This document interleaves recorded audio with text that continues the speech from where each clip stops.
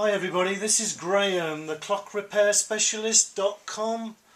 I'm here today to explain to you the importance of having a clock oiled every 2 years. Most people don't understand the importance of having their clock oiled, so let me explain. You've got these wheels that run in between the plates here, and on the outside of these wheels they're called pivots. And pivots is where the oil actually is placed, and the oil over a period of time will drain in a capillary action onto the pivot, and it will keep these wheels oiled, all these different wheels in here. This is just an old mechanism, by the way, that is just a junk mechanism, so that I can explain to you what's going on. Now obviously if these aren't oiled, these little things, this is called a fly, and it's what governs the speed of the clock. If this isn't oiled regularly, this fly is not going to function properly because the oil is gummy and sticky.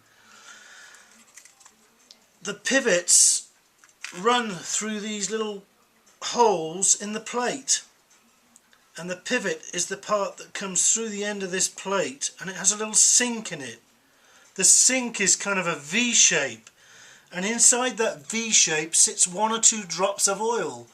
That oil will then drain onto the pivot in a capillary action and keep the pivot oiled. Well, after a couple of years that oil is dried out. Once that oil is dried out, you then have brass running on steel running on brass.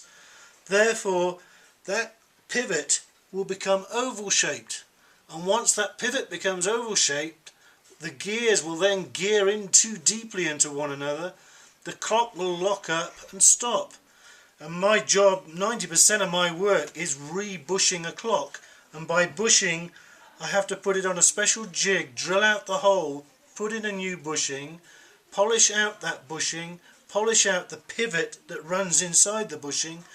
Well, as you can probably gather from this explanation, it's pretty laborious. So let me show you something else. This is a long case clock mechanism. This is only the mechanism and the dial. This is probably from approximately around 1810, 1840, somewhere around in that period. Now this is an old unit. I don't have the case for this, I just have the mechanism, but this is one that could be restored.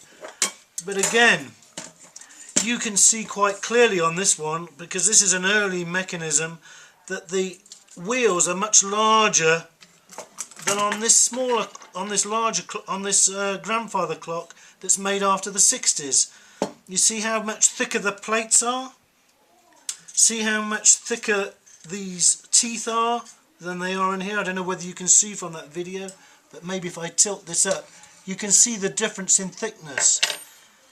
Now the difference between these two clocks is you have hardened brass, hardened steel.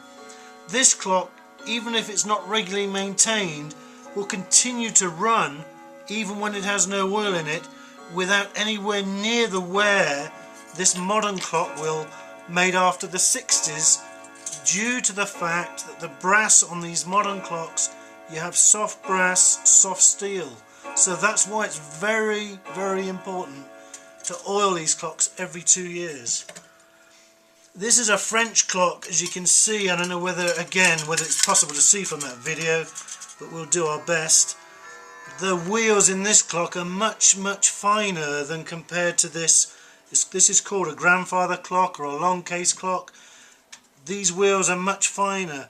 So once again, this must also be oiled regularly, but again, you can get away without oiling this as often as you would a modern clock, but you should still oil these every 2 years. Again, you're wanting to prevent the wear and the cost of a major overhaul. If you have a grandfather clock that cost you $2,000, the last thing you need is a $500, $700, $1,200 new mechanism because you haven't been oiling it every 2 years. Okay, Justin, I'm going to go back to these 3 grandfather clocks, over here.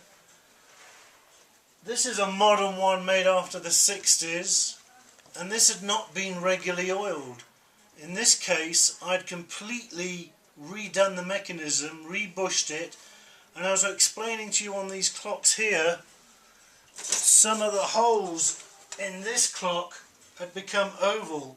This is actually some of these holes have already been bushed in this clock, but normally on a clock of this age a lot of these would need to be bushed. This one was almost 80% rebushed. Now it's running okay. But again, you don't want to do that.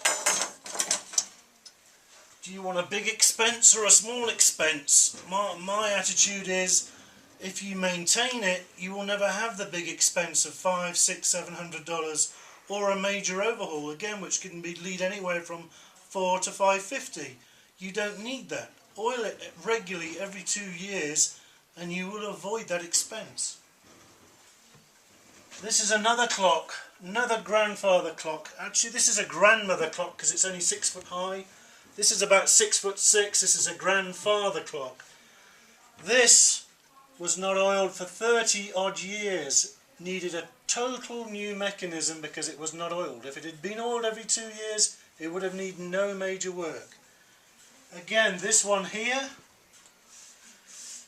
they were lucky. This one still had quite a few bushings, but it wasn't major and it still needed to be overhauled. But once again, if it had been oiled every 2 years, you would not have had the huge expense of having to restore the mechanism. That means totally stripping it down, rebushing it, polishing out pivots, etc., etc. I'm not going to go into great detail because that'll come into another video and I'll explain that more clearly. What I'm trying to get over to you now, how important it is to oil your clock every 2 years. Anything that is mechanical, has a spring or is weight driven, it's very important that you have them oiled every 2 years. If you do that, you'll avoid the big expense and you're going to save yourself a lot of money. Now, the other thing that most people do not understand is that if you use a clockmaker to clean or oil or whatever it is they're going to do to your clock, whether you use me or use someone else, they must be a certified clockmaker, gone through a proper training course and been trained how to do it correctly. There are a lot of clockmakers out there who have not been trained, really don't have a clue what they're doing, and I've had them working for me, and you really don't want that. You want someone who has been thoroughly trained either through the American Watchmakers Institute. In my case, my training was a course set by the British Horological Institute, and at the end of it I took my examinations and I got a first class pass in horology. But it doesn't matter who you use, the American Watchmakers Institute or the British Horological Institute, you want someone who is certified to get on your clock. You wouldn't have your car serviced by a non-professional, not unless you want the car ruined. So it's the same with the clock. So to keep your clock running correctly, make sure you use someone who is properly qualified. Anyway, that's the end of my second video. Thanks.